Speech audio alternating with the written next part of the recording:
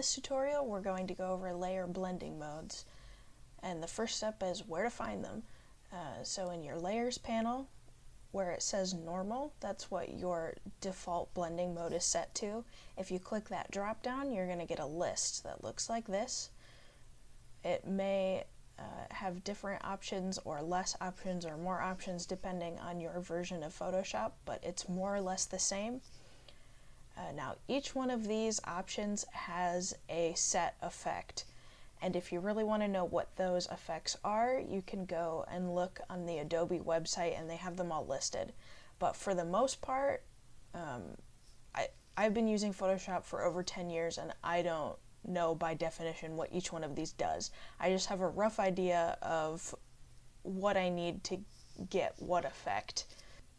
There's really not much to know. It's more about experimentation and what's going to work for what you're doing and when.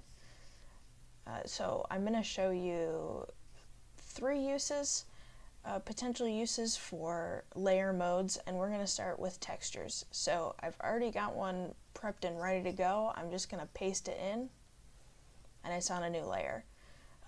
Textures can really liven up your drawings or paintings or other artworks. It's always good to have some texture in there. I like to put them on sketches just to give them a little bit more of a traditional feel, since digital art can sometimes be really clean.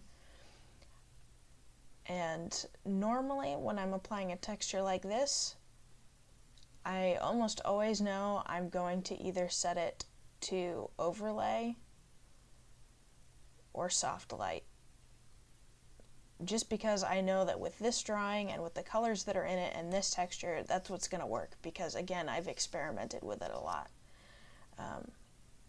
But most of the time, I will still go through every single option.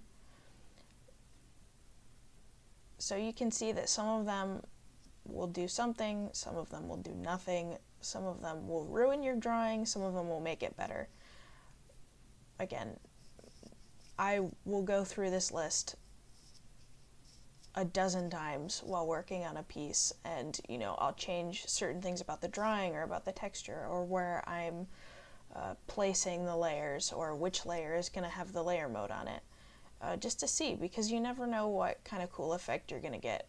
And maybe I would know what kind of effect I was going to get if I bothered to learn what each one of these actually does, but again, this works for me.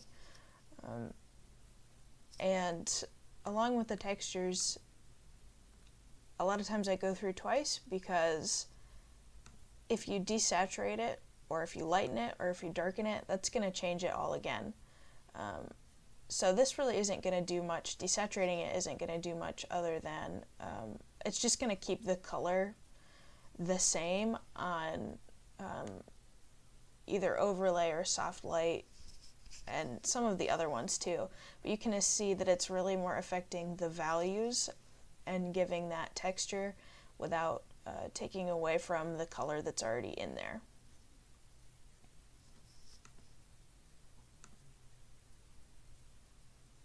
Alright, so let's just set it to overlay for now. Another good use is if you've done a painting and the values are almost right, but not quite, but you still don't want to go over and repaint everything with a different color, because that's too much work and you'd rather just be done with it. So what you can do, this might be a little dramatic, but we'll see how it goes. What you can do is take, if you don't want to change the color, you just want to change the value, you'll use a dark gray for shadows if you're trying to make something darker.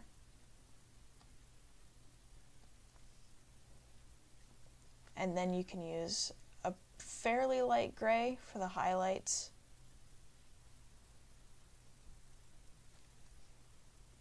And then jump down to something like overlay.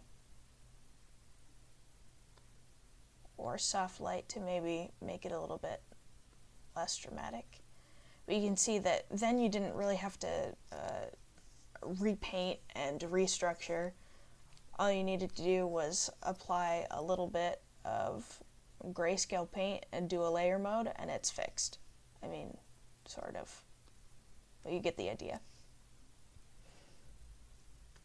The other thing that you can do, it's pretty similar. I'm going to use the gradient tool right here.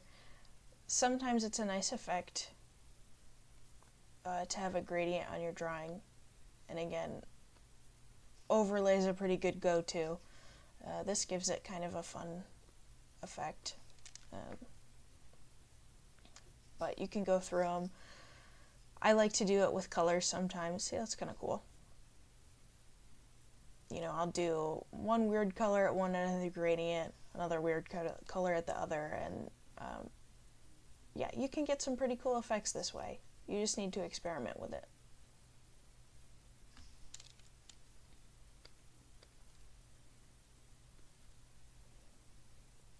And again, we'll go back over and I'll just show you really quickly the things that can happen on other settings with this grayscale.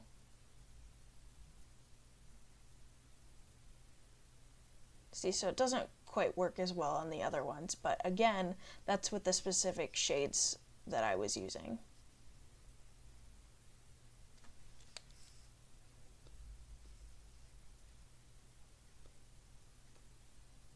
So again, there's really not much to show you. It really is almost all about experimentation, but it's good to know where they are so that you can start to experiment with them and use them in your drawings.